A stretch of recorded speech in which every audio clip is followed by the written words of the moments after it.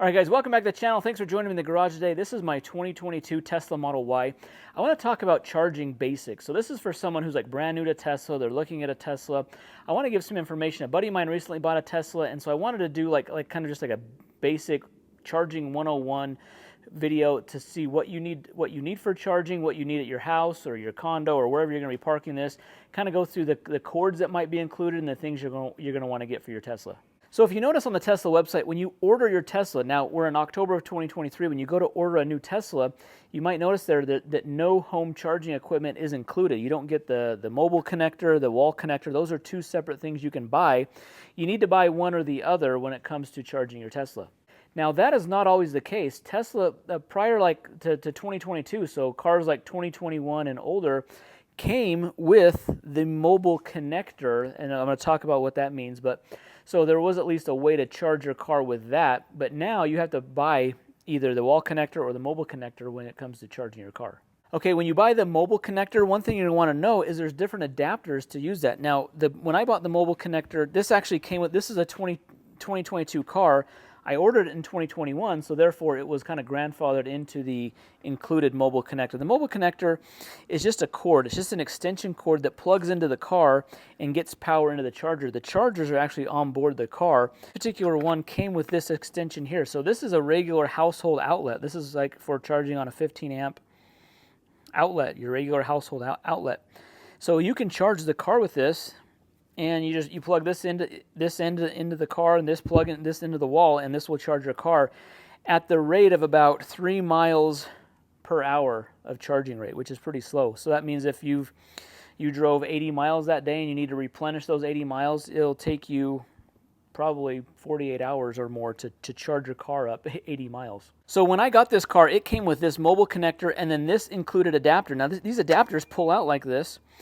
And you can put in different adapters based on the power. The car can take any kind of power. It can take 120 volts, 240 volts, 15 amp, all the way up to 60 amp. So all you need to do is provide power into it, and this connector can handle all those different rates of charge. You just need to have an adapter. Now I bought this adapter. This adapter you can buy on the Tesla website. It's like, I think it was like $40 or $45. This is the NEMA 1450. This is going to plug into a 1450 240 volt outlet, and this can just slip right into this connector here, and you can use this same connector, but now you have a 240 volt adapter that you can plug your car in. And this is going to charge the car a lot faster, probably 25 to 30 miles an hour of charge back into your battery. Most likely may not come with this adapter. It might just come with this. It might not even come with this at all, and you have to buy the mobile connector separately. This is the cheapest way to really charge the car, to get the car charging. All right, so see this outlet here? This is called the NEMA 1450. This is probably the most common, probably the easiest way to charge your car at home. So have an electrician come out and wire one of these. This is on a 50 amp breaker. It's run with 6-gauge wire, like a 6.3 Romex wire. But this 1450 plug will plug right into that. And then I can just plug this right into my Tesla and I can charge this. And this is going to charge it like at 20, like probably around 30 miles an hour of charge. So, you know, overnight, this is more than adequate to charge the car up overnight. And I paid around $300 to get this outlet installed in my house. Yours is probably going to be more or less depending on your situation, how long the electrician has to run the wire.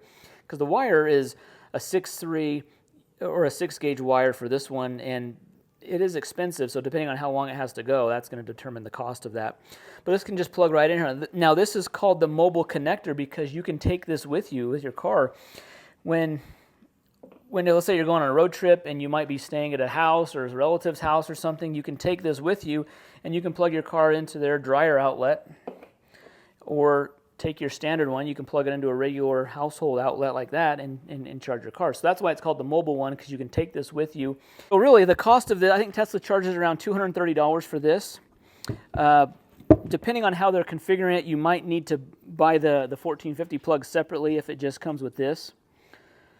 And then I paid $300 to get the wall outlet on the wall. So if you had to buy this, you know, $230 for this, $330 for that one, so just over $500 to get charging at your house.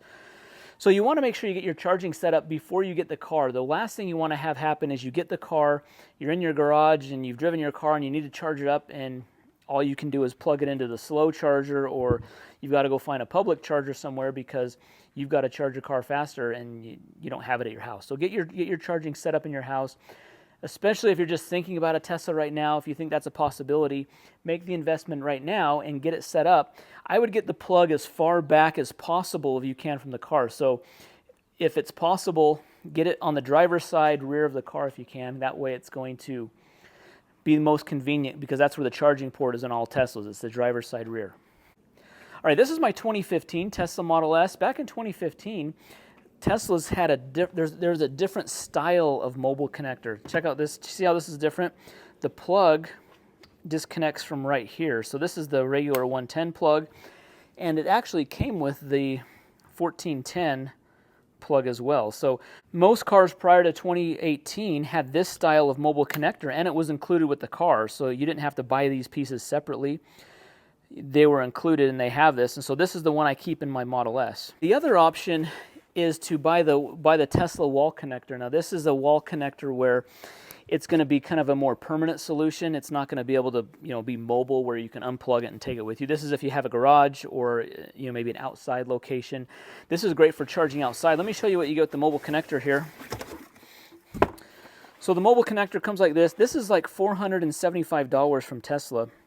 And this is the backing plate that goes on the wall, and then this is the charging unit and the cords attached to this. They now come in a 24-foot length, so it has a lot of length for it.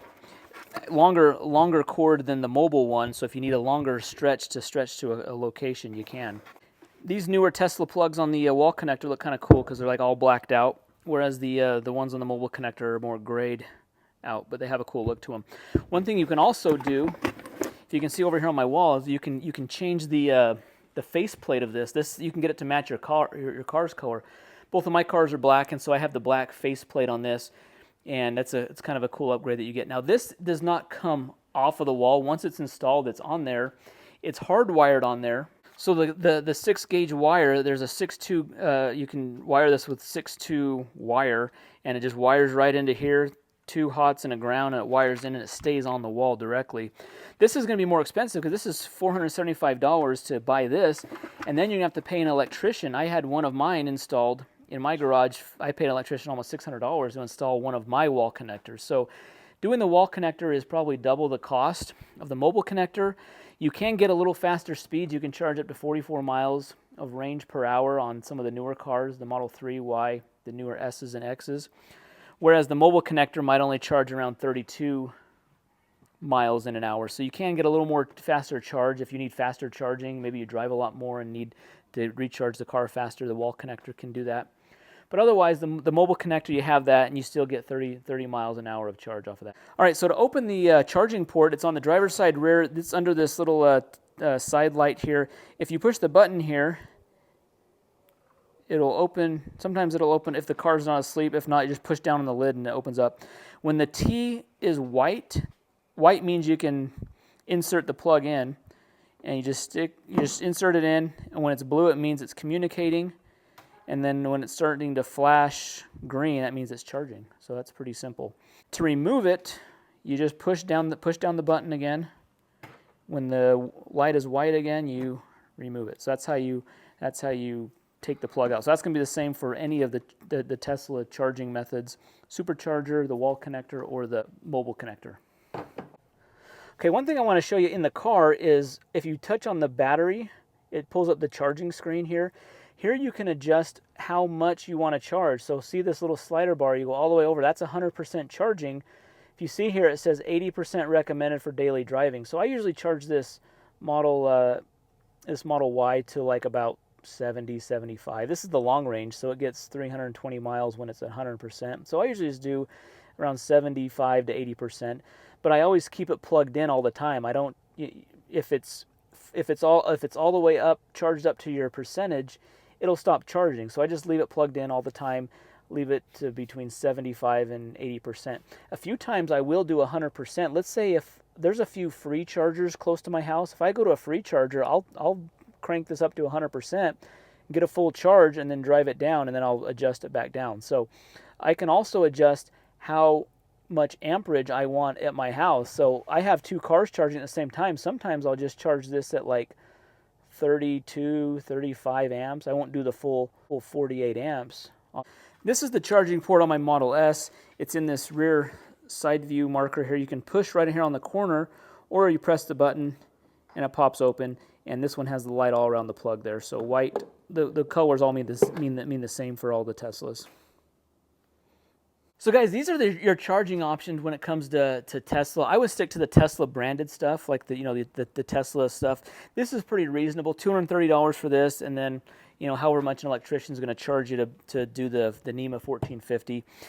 Again, get it going before you get your car at your house, because it's just going to make driving the car a lot more simpler. It's going to be easier to charge at your house. You're not going to have to wait. You're not going to have to go to a public charger.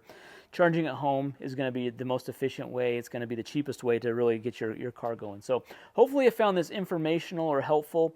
Your car may come with this, or it may not at all, and you may have to buy this. So you can buy these used, you can buy them new from Tesla, or you can go the wall connector route that I think looks a little cooler, charges a little bit faster, but probably going to be a little more expensive. Anyways, guys, if you have any more charging tips, leave them down in the comments below. Hopefully this was helpful for you. Be sure to leave a positive comment, hit that thumbs up button, subscribe to the channel. We'll see you in the next one. Thanks.